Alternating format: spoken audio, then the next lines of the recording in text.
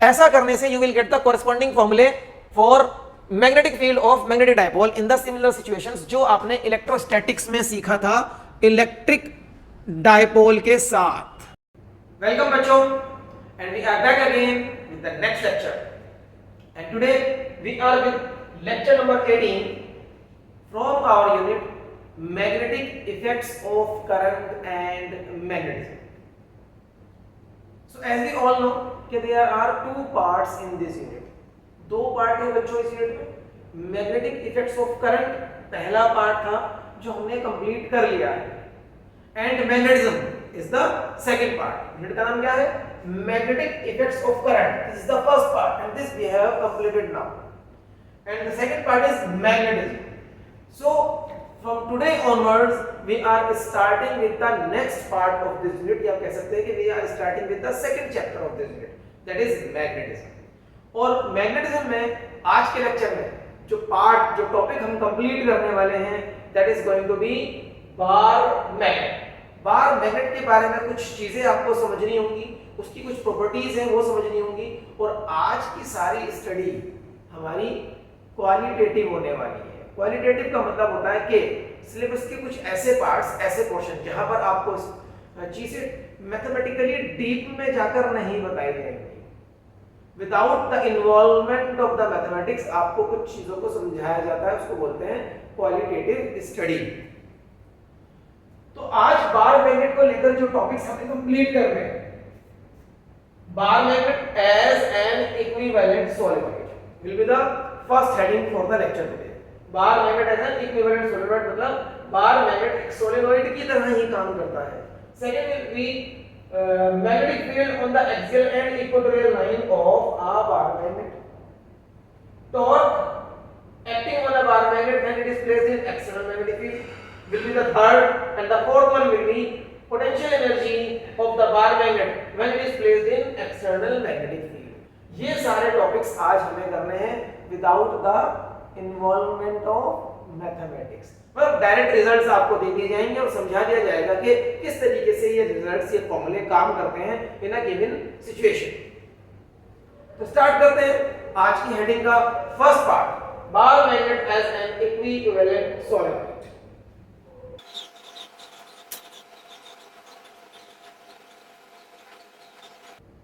Bar magnet as an equivalent solenoid today is the in today's lecture we are having the first part। तो आप heading लिख लें, bar magnet as an equivalent solenoid. अब सबसे पहले हमें ये समझना है कि what is a bar magnet. Bar magnet होता क्या है? Bar magnet is nothing but it is a simple magnet in the shape of a bar. ये कह सकते हो in the shape of rectangle, है ना, जिसका रेक्टेंगुलर क्रॉस सेक्शन हो, ऐसा शेप। इस शेप में अगर कोई मैग्नेट होगा तो आप उसे बोलेंगे बार मैग्नेट। मतलब बहुत सिंपल सी चीज है। Suppose this is a bar magnet. अब बार मैग्नेट है तो मैग्नेट है, मतलब सिंपल एक मैग्नेट है, और मैग्नेट का एक एंड होता है नॉर्थ पोल, दूसरा होता है साउथ पोल। सपोज ये इधर नॉर्थ पोल है, जिधर ये ब्लैक कैप है, इधर नॉर्थ पोल है, दूसरा एंड होता है साउथ पोल। ये एक बार मैग्नेट है। बार मैग्नेट सिंपली आयरन या स्टील से बने होते हैं, या natural bar magnet load stone से बने होते हैं। Load stone material is actually the oxide of iron. Iron की ऑक्साइड होती है ना, Fe3O4, उसको लोड स्टोन भी बोलते हैं। वो आप कह सकते हो कि वो नेचुरल मैग्नेट है। उसको अगर आप एक बार की शेप में कट कर लो तो वो बन जाएगा बार मैग्नेट। तो बार मैग्नेट का शेप बड़ा सिंपल सा शेप है बच्चों। बार मैग्नेट इज लाइक दिस।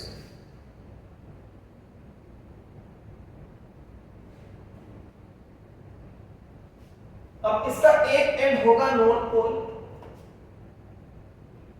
और दूसरा एंड होता है इसका south pole.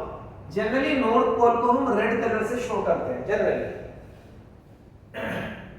This is a bar magnet. अब इस बार मैग्नेट के बारे में आप 10th क्लास से पढ़ते आ रहे हो, बल्कि 10th क्लास से पहले भी अगर जूनियर क्लासेस में कहीं मैग्नेटिज्म का चैप्टर हुआ करता था, वहां पर भी आपको बार मैग्नेट के साथ इंट्रोड्यूस कराया जाता है।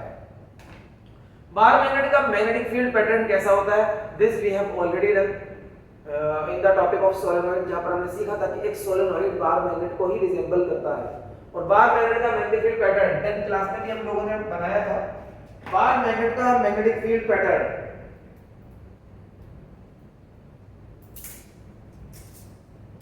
इज लाइक दिस कि magnetic field lines north pole से बाहर आती है, साउथ पोल से एंट्री लेती है, एंड मैग्नेट के अंदर ये लाइंस कंटिन्यू करती हैं south to north.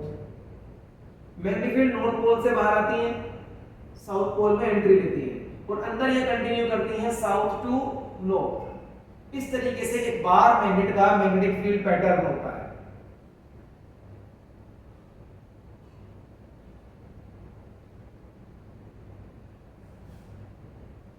Something like this. क्योंकि मैग्नेटिक फील्ड लाइंस नॉर्थ से निकलती हैं और साउथ से एंट्री लेती हैं outside the magnet, not inside the magnet, they move from south to north, तो हम कह सकते हैं कि they form a close loop, they form अ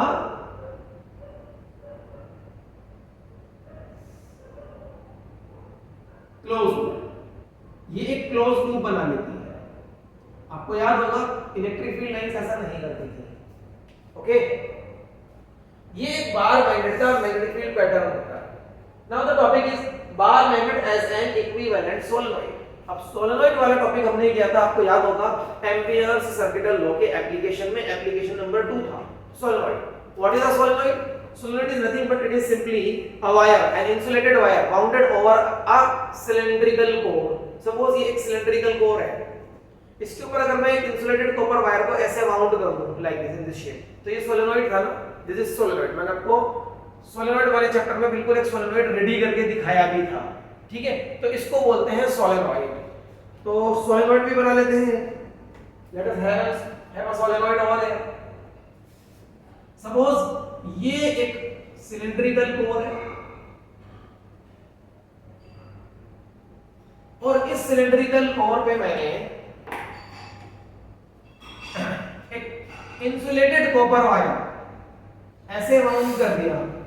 अच्छा, नंबर ऑफ टर्न्स हम अपने डायग्राम पे तो थोड़ा दूर दूर दिखाते हैं सो दैट डायग्राम क्लियर हो जाए, बट ये टर्न्स बहुत ज्यादा क्लोजली पैक्ड होते हैं, ये याद रखिएगा। This is a solenoid and a current carrying solenoid. ऐसे जब इसमें करंट फ्लो करके जाएगा, हर टर्न से जब करंट फ्लो होता हुआ जाएगा लाइक दिस,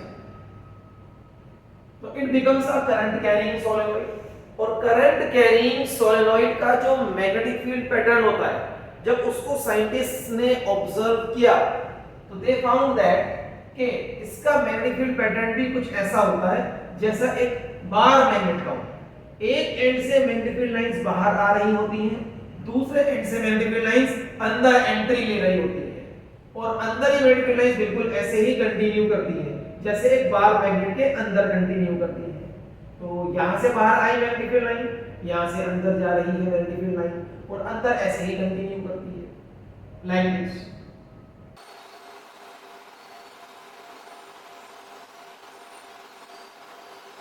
लाइक दिस। तो इस तरह से एक करंट कैरिंग सोलेनोइड का मैग्नेटिक फील्ड पैटर्न बिल्कुल एक बार मैग्नेट के मैग्नेटिक फील्ड पैटर्न को रिजेंबल करता है। तो हम कह सकते हैं कि करंट कैरिंग सोलेनोइड में बार मैग्नेट जैसा ही बिहेवियर दिखाता है, या बार मैग्नेट एक करंट कैरिंग सोलेनोइड की इक्विवेलेंट है। ये भी बोल सकते हैं, दोनों तरह से बोल सकते हैं कि बार मैग्नेट और करंट कैरिंग सोलेनोइड, इनका जो मैग्नेटिक फील्ड पैटर्न है वो बिल्कुल सेम है, सिमिलर है। तो आप कह सकते हो बार magnet is an equivalent solenoid. Bar magnet solenoid की इक्विवेलेंट ही है। Bar magnet is an equivalent solenoid because the magnetic field pattern of a bar magnet and a current carrying solenoid are very similar। तो अगर magnetic field lines एक and से बाहर आ रही हैं, तो क्या मैं कह सकता हूं कि ये वाला एंड नॉर्थ पोल है? यस। और क्योंकि दूसरे एंड से अंदर जा रहे हैं, तो I can say that this end is going to be south pole. तो एक current carrying solenoid is nothing but resembling bar magnet. ये बिल्कुल बार मैग्नेट को रिजेंबल करता है। That is why we are able to say that bar magnet is an equivalent solenoid। bar magnet एक equivalent solenoid है। अब अगर bar magnet equivalent solenoid है, तो लास्ट लेक्चर में जो हमने एम्पियर्स का कंक्लूजन पढ़ा था, एम्पियर्स कंक्लूजन, एम्पियर्स का क्या कंक्लूजन था? एम्पियर्स का कंक्लूजन था कि all magnetism is due to circulating currents. All magnetism is due to circulating currents. All magnetism is due to circulating currents. This was the conclusion of Ampere. Ampere ने conclude किया कि सारा का सारा magnetism आप कह सकते हो कि वो सिर्फ और सिर्फ सर्कुलेटिंग करंट्स की वजह से है। अब यहाँ पर ये चीज कैसे अप्लाई की जा सकती है? ये तो एक बार मैग्नेट है, यहाँ तो हमें कोई करंट नजर नहीं आ रही है, तो हम ये इमेजिन कर सकते हैं कि एक बार मैग्नेट इस तरह के करंट लूप से मिलकर बना है। एक्चुअली बार मैग्नेट के अंदर, बार मैग्नेट क्योंकि बना होता है मैग्नेटिक मटेरियल से। मैग्नेटिक मटेरियल जैसे मैंने आपको बताया, नेचुरल मैग्नेटिक मटेरियल अगर है तो दैट इज लोडस्टोन Fe3O4, या फिर आयरन या स्टील के बार मैग्नेट्स भी बनाए जाते हैं। तो एक मैग्नेटिक मटेरियल जिससे बार मैग्नेट बना है, उसका हर एक एटम मैग्नेट की तरह बिहेव करता है। और ये भी आपने लास्ट लेक्चर में देखा है, रिवॉल्विंग इलेक्ट्रॉन वाला लेक्चर, जहां पर आपने देखा कि एक अगर इलेक्ट्रॉन रिवॉल्व करता है तो उसका एक मैग्नेटिक डायपोल मोमेंट क्रिएट होता है। मतलब हर एक एटम मैग्नेटिक, हर एक एटम मैग्नेट की तरह बिहेव कर रहा होगा यहाँ पर। ओके, हर एक एटम के पास नॉर्थ पोल साउथ पोल। तो अगर हर एक एटम मैग्नेट की तरह बिहेव कर रहा है, मतलब हर एक atom current carrying coil, current loop की तरह बिहेव कर रहा है। जैसे आपने लास्ट लेक्चर में देखा है, एक सर्कुलेटिंग, एक रिवॉल्विंग इलेक्ट्रॉन मैग्नेटिक मोमेंट बनाता है, तो it is behaving like a magnet. और हर एटम में रिवॉल्विंग इलेक्ट्रॉन्स होते ही नहीं। तो हम यहां पर क्या कह सकते हैं कि ये सोलेनॉइड ऐसे कंसीडर किया जा सकता है जैसे कि ये बहुत सारे करंट लूप से ऐसे मिलकर बना हुआ है। इसको ऐसे आप एज्यूम कर सकते हो, बहुत सारे करंट लूप से मिलकर बना है। ठीक है, इन सब के अंदर करंट, मान लो I करंट फ्लो कर रहा है, in every loop current I is flowing। अब हर एक current loop it behaves like a magnetic dipole. Every current loop behaves like a magnetic dipole. Suppose it is a current loop. ये एक current loop है और इस current loop में direction of current is like this. ऐसे current का direction हो गया। अगर करंट का डायरेक्शन ये है तो then definitely this face of the loop is going to be north pole and this face is going to be south pole. तो मैग्नेटिक फील्ड का डायरेक्शन हो जाएगा ये like this. This is the direction of the magnetic field through the magnet. It is from south to north. देखो, through the magnet it is from south to north. तो this is going to the direction of the magnetic field. तो एक current carrying loop जिसमें current flow कर रहा है, it behaves like a magnetic dipole. अब इस तरीके से अगर एक के बाद एक बहुत सारे करंट लूप्स रख दूं तो वो ही तो सोलेनॉइड होता है, that is solenoid. Solenoid is nothing but ये देखो, ये सोलेनॉइड है ना, दिस इज अ सोलेनॉइड। तो सोलेनॉइड को आप क्या मान सकते हो कि फर्स्ट लूप, उसके आगे सेकंड लूप, उसके आगे थर्ड लूप, उसके आगे fourth loop and so on.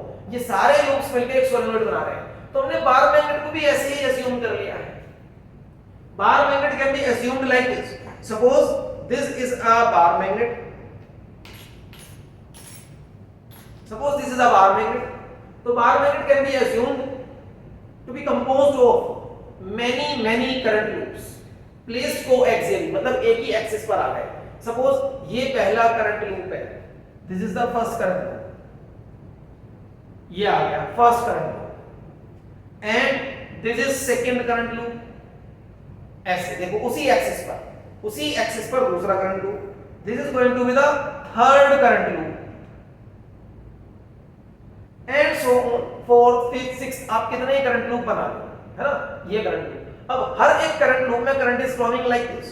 हर एक करंट लूप में current is flowing like this, like this, like this. और हर एक current loop it behaves like a magnetic dipole. तो इसका भी मैग्नेटिक डायपोल है, इधर साउथ पोल इधर नॉर्थ पोल। इसका भी मैग्नेटिक डायपोल है, इधर साउथ पोल इधर नॉर्थ पोल। इसके पास भी मैग्नेटिक डायपोल है, इधर साउथ पोल इधर नॉर्थ पोल। एंड इसके पास भी मैग्नेटिक डायपोल है, इधर साउथ पोल इधर नॉर्थ पोल। एक्चुअली क्या हो रहा है, इन सबका मैग्नेटिक डायपोल ऐड होता गया तो एक बड़ा नॉर्थ पोल इधर बन गया, एक बड़ा साउथ पोल इधर बन गया। तो ये बार मैग्नेट है, एक equivalent to current carrying solenoid. ये बार मैग्नेट क्या है, it is equivalent to a solenoid which is carrying current. Okay, तो हर एक एटम एक यहां पर मैग्नेट की तरह बिहेव कर रहा है और हर एक एटम का डायपोल मोमेंट ऐड होते होते इधर एक बड़ा नॉर्थ पोल बन जाता है, इधर एक बड़ा साउथ पोल बन जाता है। That is how a bar magnet behaves. ये बार मैग्नेट का बिहेवियर है, ऐसा आप सोच सकते हैं इसको, ठीक है। तो अगर एक बार मैग्नेट बिल्कुल वैसे ही बिहेव कर रहा है जैसे एक करंट कैरिंग सोलेनोइड होता है, तो करंट कैरिंग सोलेनोइड का जिस तरीके से आप डायपोल मोमेंट बता सकते हो, वैसे ही डायपोल मोमेंट इसका भी बता सकते हो। तो हम इसके डायपोल मोमेंट के लिए सिर्फ एक लूप का डायपोल मोमेंट डिफाइन करते हैं। अगर एक ही करंट कैरिंग लूप है तो इसका डायपोल मोमेंट कैसे डिफाइन करा आपने? Current I into the area of the loop, current I into the area of the loop.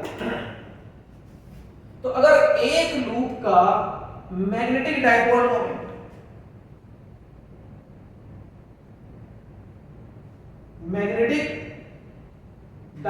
Moment for each loop is I into area of the loop. So magnetic dipole moment for the complete bar magnet, suppose there are n turns,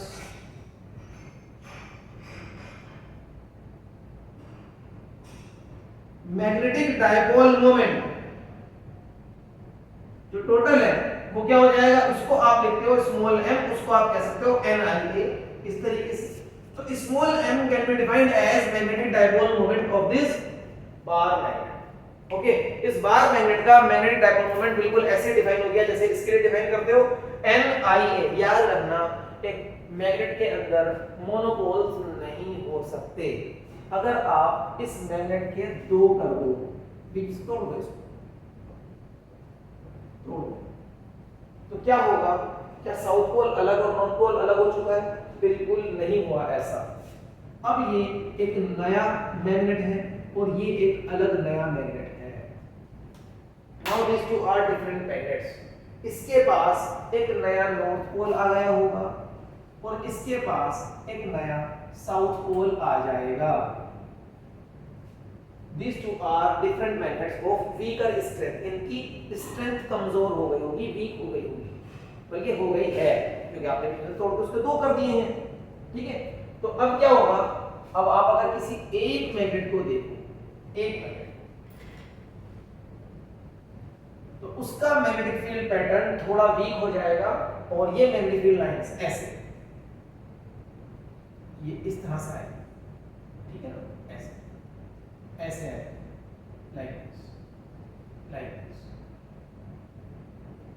like this.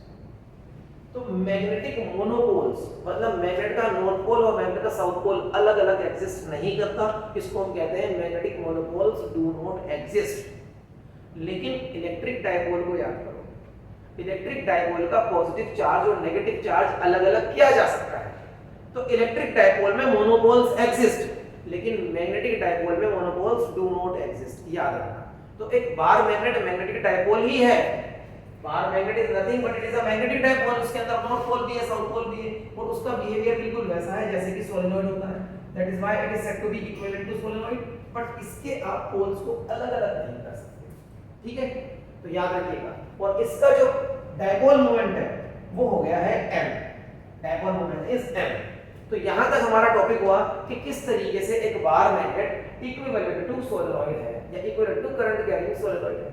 अब इसके आगे हम check करेंगे कि एक bar magnet का magnetic field उसकी axial line पर और उसकी इक्वेटोरियल लाइन पर कितना होता है, और क्या इस तरह के फॉर्मूले हमने पहले भी पढ़े हैं, वो भी हमें चेक करना है।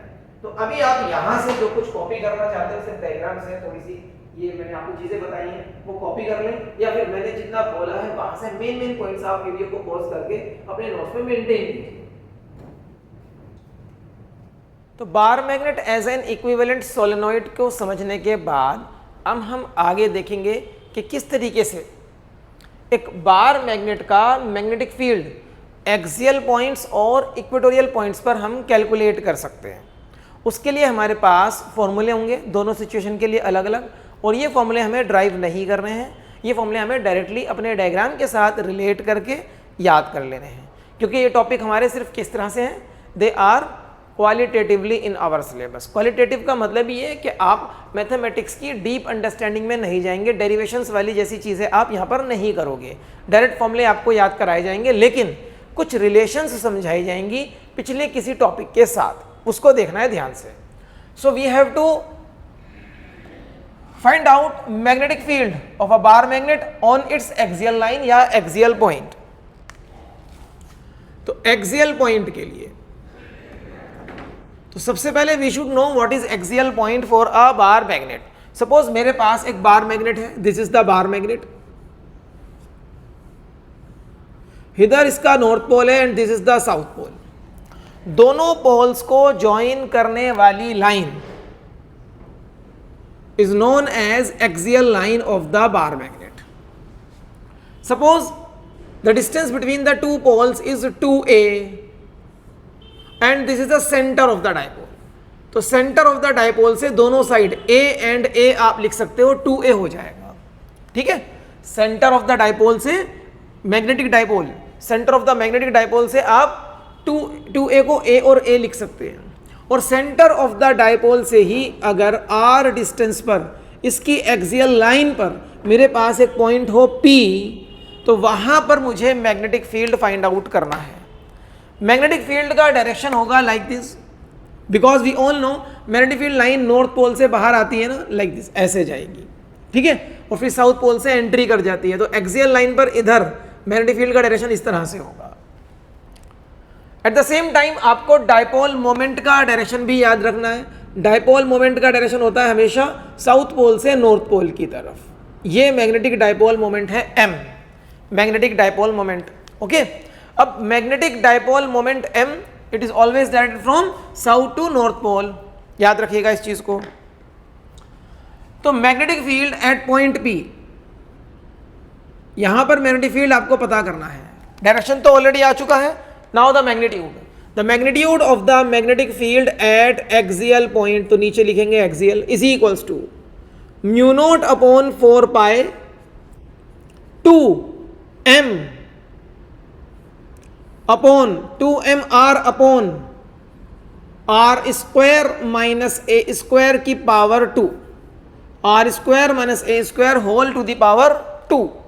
This is the magnitude of the magnetic field at an axial point which is at a distance r. समझो एक चीज को, what is this r? Which is at a distance r from the center of the dipole,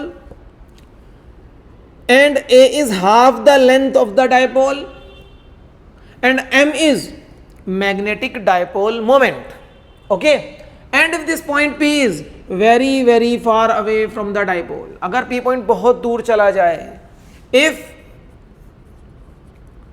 point P is far away, तो ऐसे case में R का distance बहुत ज्यादा हो जाएगा ना, R will be very very large as compared to A क्या है, half the length of the dipole, तो R will be very very large as compared to A। इसका मतलब R स्क्वायर एक बहुत बड़ी क्वांटिटी में से माइनस A स्क्वायर बहुत छोटी क्वांटिटी सब्ट्रैक्ट करोगे तो नेग्लिजिबल इफेक्ट आएगा। इट इज़ लाइक दैट कि आपने एक तालाब भर पानी से एक बकेट ऑफ वाटर निकाला और आप देख रहे हो कि उस तालाब में पानी कितना नीचे गया, नेग्लिजिबल। क्या पानी नीचे गया होगा अगर आप एक बकेट पानी आप किसी पॉन्ड ऑफ वाटर से निकालेंगे? तो उस पॉन्ड ऑफ वाटर पे नेग्लिजिबल इफेक्ट आया है, वो ऑलमोस्ट जितना पहले था उतना ही अब भी है। That is what we are saying. अगर एक बहुत बड़ी क्वांटिटी में से एक बहुत छोटी क्वांटिटी को सेपरेट करते हैं तो इफेक्ट नेग्लिजिबल होता है, मतलब r square minus a square will almost be equal to r square only. इसको लगा दो यहाँ इस इक्वेशन में। तो फार अवे पॉइंट अगर एक्सियल लाइन पर हो तो मैग्नेटिक फील्ड हो जाता है mu naught upon 4 pi 2mr upon r square minus a square is almost r square, और उस स्क्वायर पे एक और स्क्वायर तो पावर 4। अब ध्यान से देखोगे एक आर से कैंसिल करेगा तो ऊपर तो आर हट ही गया, नीचे आर की पावर 4 था, एक आर कैंसिल होने के बाद r cube. This is the magnitude of the magnetic field at an axial point that is far away from the dipole, okay. और याद रखेंगे इसमें कि ये मैग्नेटिक फील्ड पैरेलल होता है डायपोल मोमेंट के on axial line, on axial line, ये याद रखेंगे। जिस डायरेक्शन में डायपोल मोमेंट है उसी डायरेक्शन पे एक्सियल लाइन का अगर कोई पॉइंट है तो मैग्नेटिक फील्ड का डायरेक्शन भी वही होता है। और एक्सियल पॉइंट्स को आप एंड ऑन पोजीशन भी कह सकते हो। कई बार क्वेश्चन आ जाता है, find magnetic field due to a dipole on its end on position. End on position पर बताइए, तो मतलब एक्सियल पोजीशन पर बताइए, एक्सियल लाइन पर बताइए या एक्सियल पॉइंट पर बताइए, ठीक है। तो ये दोनों फॉर्मूले याद रखिएगा। This is the formula for any general point and this is the formula if the point is very far away. Okay, क्या इस जैसी चीजें हमने पहले भी पढ़ी हैं? पढ़ी तो हैं, और इलेक्ट्रोस्टैटिक्स में पढ़ी हैं, क्योंकि इलेक्ट्रोस्टैटिक्स में भी एक डायपोल हुआ करता था, इलेक्ट्रिक डायपोल। मैग्नेटिज्म में जो डायपोल है that is magnetic dipole, electrostatics में डायपोल था इलेक्ट्रिक डायपोल। अब अगर कोई ऐसा स्टूडेंट है जिसने इलेक्ट्रोस्टैटिक्स आज तक करी ही नहीं है और वो इस चैप्टर में और वो इस क्लास में आ चुका है, तो बेटा ये फिर गड़बड़ हो जाएगी आपके साथ, क्योंकि सिलेबस हमारा जिस तरह से डिज़ाइंड होता है ना, समझो इस चीज़ को, पहले इलेक्ट्रोस्टैटिक्स है, फिर करंट इलेक्ट्रिसिटी है, एंड फिर ये वाली यूनिट है। तो उसका एक रीज़न होता है कि वहाँ की कुछ चीज़ें आगे कहीं ना कहीं अप्लाई होंगी, इसलिए पहले उन चीज़ों को रखा गया है सिलेबस में। तो अगर आपने इलेक्ट्रोस्टैटिक्स नहीं करा बच्चों, तो आपसे रिक्वेस्ट है पहले इलेक्ट्रोस्टैटिक्स ज़रूर कर लें, फिर आगे बढ़ें धीरे धीरे। अपने सिलेबस को एक कंटिन्यूटी में आगे बढ़ाएं, जो सीक्वेंस है उसी के अकॉर्डिंग आगे चलिए। अगर आप चाहते हो कि इलेक्ट्रिक डायपोल को आप अभी देखना चाहते हो, करना चाहते हो, या पहले करा तो और आप भूल गए हो, तो आप अभी अपने YouTube सर्च बार में ऊपर लिख दीजिए इलेक्ट्रिक डायपोल, इलेक्ट्रोस्टैटिक्स, आगे फिजिक्स सीखो लिख देंगे, तो जो इलेक्ट्रिक डायपोल से रिलेटेड जितने भी लेक्चर्स हैं जहां मैंने एक्सियल लाइन, इक्वेटोरियल लाइन और सारी चीज़ें समझाई हैं, वो सारे लेक्चर्स आपके सामने होंगे, वहाँ से आप डिटेल्स करके आएंगे। तो आज की ये क्लास आपको बहुत ईजी लगने वाली है और रिलेट करने में आपको मज़ा आएगा, क्योंकि आज की स्टडी एनालॉगस स्टडी है। एनालॉगस स्टडी मतलब कि पीछे जो कहीं आपने पढ़ा था उससे रिलेट करके आज कुछ नया सीखोगे। This is analogous study. देखिए बताता हूँ मैं एनालॉगस स्टडी क्या होती है। सपोज इलेक्ट्रोस्टैटिक्स में जो हमारा इलेक्ट्रिक डायपोल था वो ये है, माइनस क्यू चार्ज और प्लस क्यू चार्ज से मिलकर बना है। इक्वल एंड अपोजिट चार्जेस होते थे ना डायपोल के अंदर। इन दोनों चार्जेस को ज्वाइन करने वाली लाइन बन जाती है हमारी इक्वेटोरियल लाइन। और इक्वेटोरियल लाइन पर अगर कोई पी पॉइंट है और ये सेंटर ऑफ द डायपोल, यहां से आर डिस्टेंस पर, वहां पर आपको इलेक्ट्रिक फील्ड पता करना है। डायपोल की लेंथ 2a है, जिसमें से a और a को आप हाफ हाफ कर सकते हो ना, ये half the length of the dipole. तो क्या ये सिचुएशन बिल्कुल उस जैसी नहीं है? यहां पर दो पोल्स हैं, south pole and north pole, दोनों के बीच की लेंथ डायपोल लेंथ 2a, जिसको आधा आधा कर दिया a एंड a। वैसे ही यहां पर भी दो पोल्स हैं, minus q charge plus q charge, दोनों के बीच की लेंथ डायपोल लेंथ 2a, जिसको हाफ एंड हाफ कर दिया a and a। Centre of the dipole से r डिस्टेंस की दूरी पर एक्सियल लाइन पर एक पॉइंट है P। Centre of the dipole से r डिस्टेंस की दूरी पर एक पॉइंट है P, जिसको एक्सियल पॉइंट बोलते हैं। यहां पर इलेक्ट्रिक फील्ड का पूरा डेरिवेशन हमने किया था, जिसका आंसर आया था electric field on axial line is 1/4 pi epsilon naught 2pr upon r square minus a square whole to the power 2। Axial point पर यह इलेक्ट्रिक फील्ड का फॉर्मूला था। और अगर P पॉइंट बहुत दूर था, if P is far away, तो ये फॉर्मूला स्पेशल केस लगाने के बाद फार अवे पॉइंट के लिए एक्सियल पॉइंट पर हो जाया करता था 1/4 pi epsilon not 2p upon r cube, far away point. And यहां पर हमें याद है कि इलेक्ट्रिक फील्ड का डायरेक्शन ये हुआ करता था, मतलब the direction of electric field was same as that of the dipole moment. Dipole moment का डायरेक्शन होता था -2 पॉजिटिव चार्ज, और इलेक्ट्रिक फील्ड का डायरेक्शन एक्सियल पॉइंट पर यही होता था। मतलब इलेक्ट्रिक फील्ड और dipole moment axial line parallel पैरेलल होते हैं, एक्सियल लाइन पर पैरेलल होते हैं, एक्सियल पॉइंट्स पर पैरेलल होते हैं। ठीक है, क्या ये फॉर्मूला और ये फॉर्मूला बिल्कुल एक जैसे नहीं लग रहे हैं आपको? ध्यान से देखो, म्यू नॉट अपॉन 4 पाई आया है 1/4 पाई एप्सिलॉन नॉट की जगह पर। 2pr में p की जगह आ चुका है m2mr और नीचे डिनोमिनेटर तो बिल्कुल ही सेम है r square minus a square whole to the power 2। इसको बोलते हैं एनालॉगस स्टडी। मतलब हमने क्या देखा, वी हैव ऑब्जर्व्ड दैट कि अगर इलेक्ट्रोस्टैटिक्स वाले 1/4 पाई एप्सिलॉन नॉट की जगह आप मैग्नेटिज्म में म्यू नॉट अपॉन 4 पाई कर दें, dipole moment, electric dipole moment की जगह आप मैग्नेटिक डायपोल मोमेंट ले आए और इलेक्ट्रिक फील्ड के सिंबल की जगह पर आप मैग्नेटिक फील्ड का सिंबल ले आए और फॉर्मूले को रिलेट करके लिखे तो सेम फॉर्मूला आ जाएगा यहां पर उसी सिचुएशन के लिए। और फार अवे पॉइंट का फॉर्मूला भी बिल्कुल वैसे ही आ चुका है, देखो। So this is analogous study कि आपको किसकी जगह क्या रिप्लेस करना है कोरस्पॉन्डिंग फॉर्मूला लाने के लिए। आपको यहां पर सिर्फ फॉर्मूला याद करना है, लेकिन relate the formula with the diagram बेटा। म्यू नॉट अपॉन 4 पाई 2m, m क्या है? m is magnetic dipole moment, उसका डायरेक्शन साउथ पोल से नॉर्थ पोल होता है। r, what is r? r is the distance of the point p from the centre of the dipole and r square minus a square, what is a? a is half the length of the dipole. ये जब तक नहीं पता होगा तो इस फॉर्मूले को रट लोगे, कुछ नहीं होने वाला। फिजिक्स में फॉर्मूला रटने से कुछ नहीं होता। फॉर्मूला आपको एटलीस्ट उसके डायग्राम के साथ रिलेट करके याद करा गया हो तो ही आप उस फॉर्मूले से अगर डायरेक्ट क्वेश्चन भी आएगा ना तो कर पाओगे, घूमे हुए क्वेश्चन तो भूल जाओ। ओके, तो इस बात को हमेशा याद रखो, जब भी कोई फॉर्मूला याद करें उसके साथ उसका डायग्राम आपके माइंड में पिक्चर में होना चाहिए। This is the power of visualisation, visualisations होने चाहिए माइंड के अंदर, ठीक। तो इस जैसा टॉपिक इलेक्ट्रोस्टैटिक्स में तो था हमारे पास। चलिए अब हम देखेंगे कि अगर इक्वेटोरियल पॉइंट आ जाए तो मैग्नेटिक डायपोल से इक्वेटोरियल पॉइंट पर कितना मैग्नेटिक फील्ड आएगा। अब उसका डायग्राम किस तरह से होगा, देखो। मैग्नेटिक डायपोल बना लेते हैं फिर से एक हम।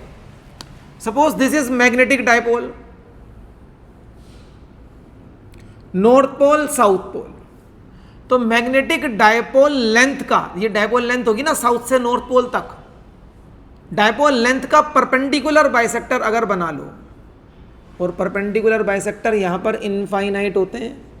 ये मैंने इलेक्ट्रोस्टैटिक्स में अच्छे से एक्सप्लेन किया था जब हम डायपोल कर रहे थे। परपेंडिकुलर बाइसेक्टर पे सेंटर ऑफ द डायपोल से r डिस्टेंस की दूरी पर अगर कोई पॉइंट है P, that point is equatorial point. Equatorial point पर हमें पता करना है, एक्सियल का तो हम पता कर चुके हैं। Now we are doing this for equatorial point. तो इक्वेटोरियल पॉइंट के लिए,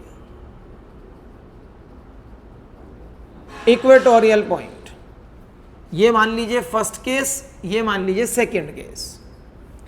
इक्वेटोरियल पॉइंट को आप ब्रॉड साइड ऑन पोजीशन भी कह सकते हैं, जैसे इसको बोला है ना एंड ऑन पोजीशन, इसके लिए नाम होता है ब्रॉड साइड ऑन पोजीशन।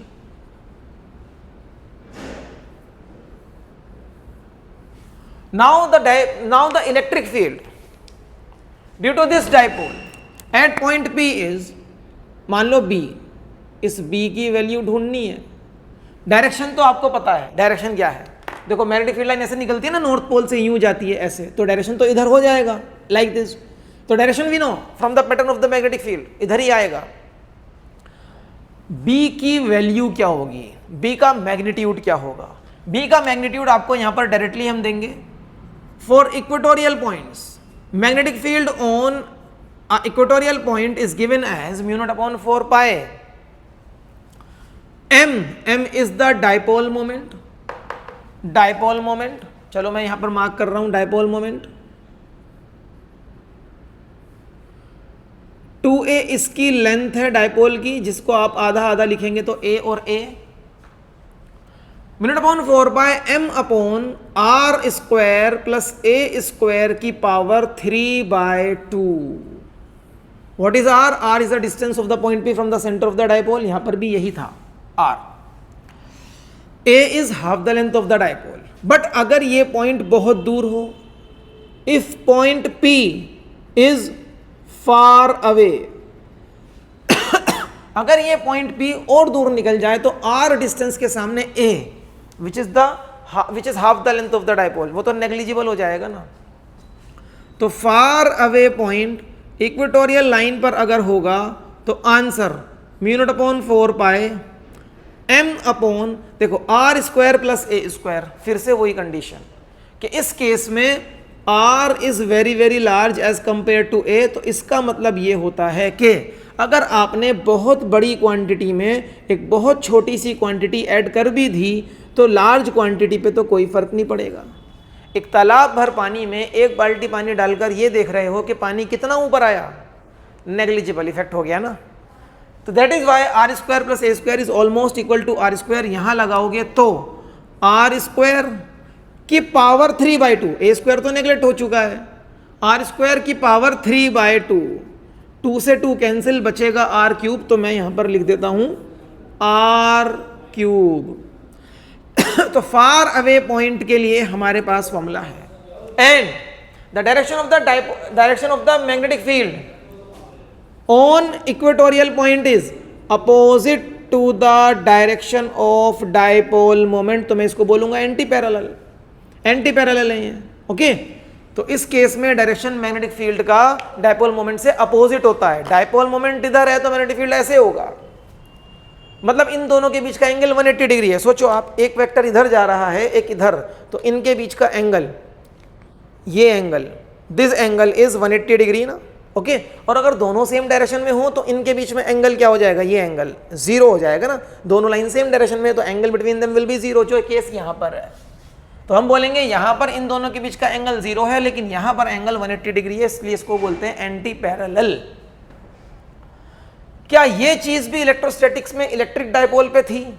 बिल्कुल थी बच्चों, आपको बताता हूं कैसे थी। सपोज इसी इलेक्ट्रिक डाइपोल पे डाइपोल लेंथ का परपेंडिकुलर बाइसेक्टर बना लो, ये बना लिया, और यहां पर P पॉइंट है एट अ डिस्टेंस R। तो यहां P पॉइंट पर अगर आपसे पूछा जाए इलेक्ट्रिक फील्ड बताइए, इलेक्ट्रिक फील्ड का डायरेक्शन ये था, suppose this is P dash, electric field ये था, और इलेक्ट्रिक फील्ड का आंसर यहां पर इलेक्ट्रोस्टैटिक्स के लेक्चर में electric field on equatorial line of electric dipole हमारे पास आता था like this, equatorial line 1/4 pi epsilon naught P upon r square plus a square की पावर 3/2। कंप्लीट डेरिवेशन के बाद this was the answer. And for far away point, far away point के लिए यही आंसर मॉडिफाई हो जाता था like this, P upon r cube. These were the results of electric dipole के electric field on equatorial line. If you compare this with this, the formula is similar. आपको करना है क्या है, सिर्फ आपको करना है कि इलेक्ट्रिक डाइपोल मोमेंट की जगह मैग्नेटिक डाइपोल मोमेंट ले आइए, 1/4 पाई एप्सिलॉन नॉट की जगह पर म्यू नॉट अपॉन 4 पाई ले आइए, और अगर कहीं पर इलेक्ट्रिक फील्ड का सिंबल है तो उसकी जगह मैग्नेटिक फील्ड का सिंबल ले आए।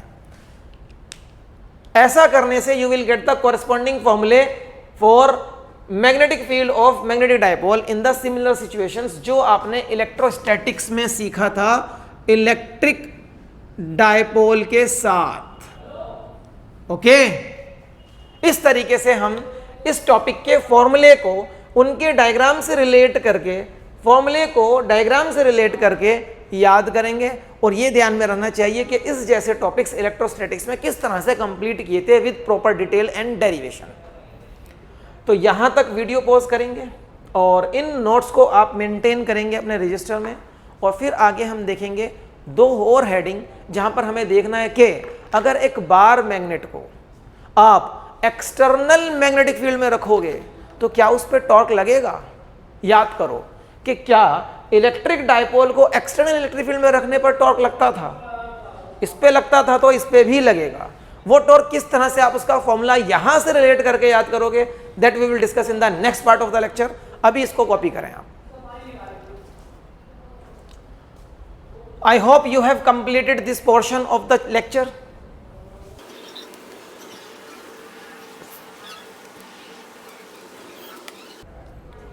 So the next heading is going to be torque acting on this bar magnet when placed in uniform external magnetic field. Uniform external magnetic field. Okay, तो torque के लिए देखना है क्या क्या सिचुएशन हो सकती है. पहले एक एक्सटर्नल मैग्नेटिक फील्ड होगा, यूनिफॉर्म होगा. तो यूनिफॉर्म मैग्नेटिक फील्ड को हम पैरेलल लाइंस से दिखाएंगे, इक्वी डिस्टेंट होंगी. This is uniform magnetic field. Within this magnetic field I am having a bar magnet like this. North pole इधर है, साउथ पोल इधर है, तो ये हो गया dipole moment from south to north m. और डायपोल मोमेंट और मैग्नेटिक फील्ड के बीच में एंगल है सपोज थीटा. क्या इस जैसी सिचुएशन इलेक्ट्रिक डायपोल की भी थी? चलिए आपको दिखाएंगे.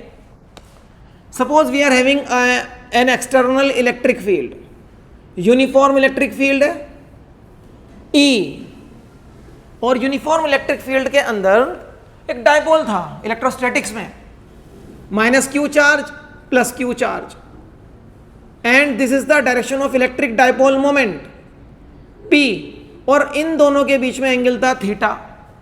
तो यहां पर एक प्रॉपर डेरिवेशन के बाद वी हैड द रिजल्ट कि torque acting on electric dipole is PE sin theta, where theta is the angle between the direction of the dipole moment and electric field. यही था ना. और इस टॉर्क के फॉर्मूले को हमने वेक्टर फॉर्म में भी लिखा था, P cross E, P cross E. तो same things are over here as well. वहां पर इलेक्ट्रिक फील्ड है, यहां पर मैग्नेटिक फील्ड है. वहां पर इलेक्ट्रिक डायपोल है, यहां पर मैग्नेटिक डायपोल है. वो इलेक्ट्रिक डायपोल थीटा एंगल पर रखा है यूनिफॉर्म इलेक्ट्रिक फील्ड से, ये मैग्नेटिक डायपोल थीटा एंगल पर रखा है यूनिफॉर्म मैग्नेटिक फील्ड से.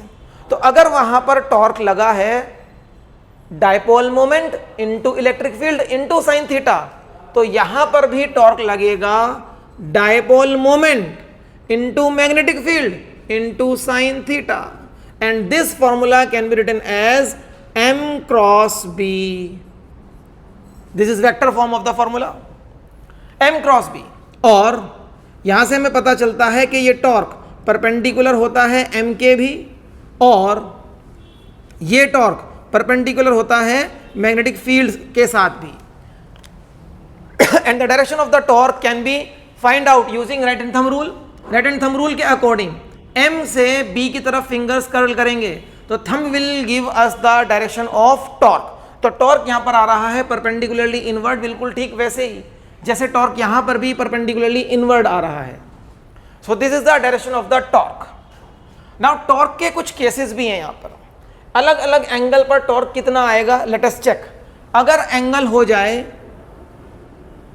90 डिग्री तो देखो साइन 90 क्या होगा, 1 मैक्सिमम वैल्यू हो जाएगी साइन की, तो टॉर्क भी मैक्सिमम. टॉर्क मैक्सिमम होगा mb. This is maximum value of the torque. And when it is possible when suppose this is magnetic field, ये मैग्नेटिक फील्ड है यूनिफॉर्म, तो इसमें हमें डायपोल को परपेंडिकुलर डायरेक्शन में ऐसे रखना होगा, नॉर्थ पोल इधर एंड साउथ पोल इधर, like this. This angle is 90 degree. Dipole moment के बीच में एंगल और मैग्नेटिक फील्ड के बीच का angle is 90 degree over here. Now the second case, if angle is 0 degree, 0 degree पर we are having sine 0 as 0, तो torque is equals to mb into 0. Anything multiplied by 0 is 0. Torque will be 0. and this is possible only when in a uniform magnetic field dipole has been placed like this. देखो dipole moment भी इधर होगा, it means north pole is here and south pole is here. तो angle of two vectors having the same direction is 0 degree and the torque acting in this condition is 0. And now if angle is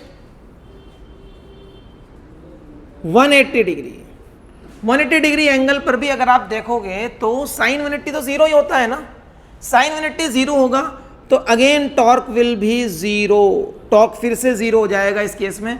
और इसका diagrammatic representation भी समझ लो, magnetic field, uniform magnetic field के अंदर एक bar magnet को, bar magnet जिसे हम मैग्नेटिक डायपोल बोलते हैं, इस तरह से रखना है कि नॉर्थ पोल इधर होगा, साउथ पोल इधर होगा, तभी तो magnetic dipole moment opposite to the direction of the magnetic field आएगा, so that this angle is 180 degree. Okay, तो जब एंगल 180 डिग्री होगा तब भी टॉर्क जीरो होता है, टॉर्क जीरो, टॉर्क जीरो, ये दोनों पोजीशंस इक्विलिब्रियम की पोजीशंस होती हैं। तो टॉर्क का फॉर्मूला हमारा आ चुका है m क्रॉस b या एम बी साइन थीटा, जो बिल्कुल वैसा ही है जैसा इलेक्ट्रिक डायपोल को इलेक्ट्रिक फील्ड में रखने पर आता था। Now the next and the last heading of the lecture today is, इसमें आपको करना होगा पोटेंशियल एनर्जी, और इस पोटेंशियल एनर्जी को बोलते हैं हम magnetic potential energy of this bar magnet if it is placed in uniform external field.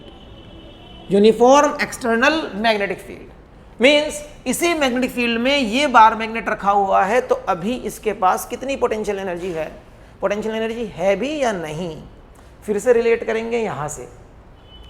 जब एक इलेक्ट्रिक डायपोल को हम इलेक्ट्रिक फील्ड में रखा करते थे और उस डायपोल को अगेंस्ट द फील्ड रोटेट करते हैं, टॉर्क तो इस पे ऐसे लग रहा है ना, ये ऐसे रोटेट होना चाहता है लाइक दिस, लेकिन अगर अगेंस्ट द फील्ड रोटेट करते हैं, suppose from an initial angle theta 1, ये एंगल थीटा 1 है इलेक्ट्रिक फील्ड से डायपोल मोमेंट का angle theta 1 to a final angle theta 2, जब आप रोटेट करते हो इसको तो यहां पर पोटेंशियल एनर्जी में आने वाला चेंज होता था minus PE cos theta 2 minus cos theta 1, cos theta 2 मतलब final angle, final position, minus cos theta 1 मतलब initial angle, initial position. Diagrammatically दिखा देता हूं, सपोज ये इलेक्ट्रिक फील्ड है और पहले डायपोल मान लो इस एंगल पर था, यहां पर पॉजिटिव चार्ज, यहां पर negative charge, so the angle was theta 1, लेकिन फिर हमने इसको अगेंस्ट द फील्ड घुमा दिया, मतलब जैसा फील्ड चाहता है उससे उल्टा घुमा दिया, इस पोजीशन पर ले आए, यहां से हट गया, अब फाइनल एंगल हो गया थीटा 2, तो थीटा 1 से थीटा 2 एंगल तक लेकर जाओगे अगेंस्ट द फील्ड, तो इतना चेंज इन पोटेंशियल एनर्जी आता है। इस एनर्जी को बोलते थे इलेक्ट्रोस्टैटिक पोटेंशियल एनर्जी। वैसे ही यहां पर भी होगा कि अगर आप एक डायपोल को, मैग्नेटिक डायपोल बार मैग्नेट को थीटा 1 एंगल से थीटा 2 एंगल घुमाओगे अगेंस्ट द मैग्नेटिक फील्ड, क्योंकि मैग्नेटिक फील्ड से लगने वाली टॉर्क तो इसको ऐसे घुमा रही है ना क्लॉकवाइज, आप अगेंस्ट द फील्ड घुमाइए, तो इसके लिए पोटेंशियल एनर्जी का फॉर्मूला होएगा, चेंज इन पोटेंशियल एनर्जी का फॉर्मूला होएगा minus dipole moment, field cos theta 2 minus cos theta 1, cos theta 2 minus cos theta 1. This is change in potential energy of the magnetic dipole when it is rotated in a region of uniform magnetic field from an initial angle theta 1 to the final angle theta 2. और अगर आप चाहते हो कि मुझे तो एक particular angle पर पोटेंशियल एनर्जी मिल जाए, तो इलेक्ट्रोस्टैटिक्स में आपने देखा था पर्टिकुलर एंगल पर पोटेंशियल एनर्जी थी minus P E cos theta, जिसको आप वेक्टर फॉर्म में लिख पाते थे minus P dot E, dot product मतलब स्केलर क्वांटिटी, डॉट प्रोडक्ट मतलब स्केलर क्वांटिटी। तो यहां पर भी आप कह सकते हो potential energy at a particular angle, मान लो इसी एंगल पर आपको इसी सिचुएशन में पोटेंशियल एनर्जी चाहिए इस बार मैग्नेट की, तो हम लिख पाएंगे माइनस एम डॉट बी, या फिर इसको एक्सपेंड करके लिख दो minus m B cos theta. तो सारे फॉर्मूले कोरेस्पॉन्डिंग टू इलेक्ट्रोस्टैटिक्स हैं, एनालॉगस टू इलेक्ट्रोस्टैटिक्स हैं, ठीक है। और आज के एक भी फॉर्मूले के लिए हमने डेरिवेशन नहीं किया है। आज के सारे टॉपिक्स विद फॉर्मूले हमारे विदाउट डेरिवेशन सिलेबस में रहेंगे, इनका आपको कोई डेरिवेशन नहीं करना है, बस फॉर्मूला याद कीजिए और उसको उसके डायग्राम के साथ रिलेट कर लीजिए। बेटा फॉर्मूले को सिर्फ याद करना मतलब रटना ही होता है। अगर आप उसे बस याद कर रहे हो कि potential energy is equal to minus m B cos theta, तो आपने रटा है, और रट कर जाओगे एग्जाम में कुछ नहीं होगा, सीधा क्वेश्चन भी नहीं होगा। हाँ, उस फॉर्मूले को डायग्राम के साथ रिलेट कर लो कि पोटेंशियल एनर्जी एक डायपोल की, जिसका डायपोल मोमेंट m है और वो external uniform magnetic field B में रखा है, और अभी उसका एंगल थीटा है from direction of magnetic field, है ना, तो उसकी पोटेंशियल एनर्जी होगी minus m B cos theta. ऐसे याद करोगे तो you will solve the questions properly and easily. तो अभी आज के लेक्चर को अब हम यहीं फिनिश करते हैं, and with this we will meet in the next lecture with the next topic. Till then, bye bye.